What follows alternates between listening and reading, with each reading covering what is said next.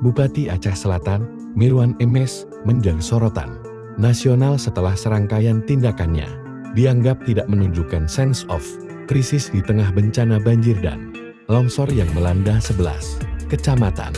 Kontroversi bermula ketika 28 November tahun 2025, Mirwan menandatangani surat pernyataan ketidaksanggupan Pemkab Aceh Selatan dalam menangani banjir. Surat itu dibutuhkan agar penanganan bencana diambil alih pemerintah Aceh yang memiliki sumber daya lebih besar. Namun publik terkejut karena hanya 2 hari kemudian, 2 Desember tahun 2025, Mirwan diduga berangkat umrah bersama istri. Kepergian ini terjadi saat ribuan warga masih terisolasi, akses jalan terputus, dan logistik terbatas.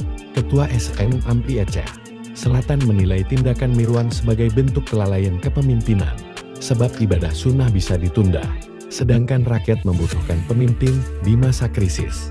PLT Sekda Aceh Selatan menegaskan, Mirwan sudah meninjau lokasi bencana di Truman dan menyebut kondisi sudah membaik. Namun publik tetap mengecam karena penanganan banjir masih berlangsung.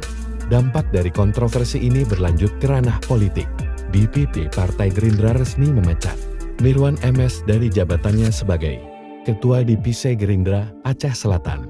Sekjen Gerindra, Sugiono, menyebut sikap Mirwan sangat disayangkan dan tidak mencerminkan kepemimpinan yang seharusnya.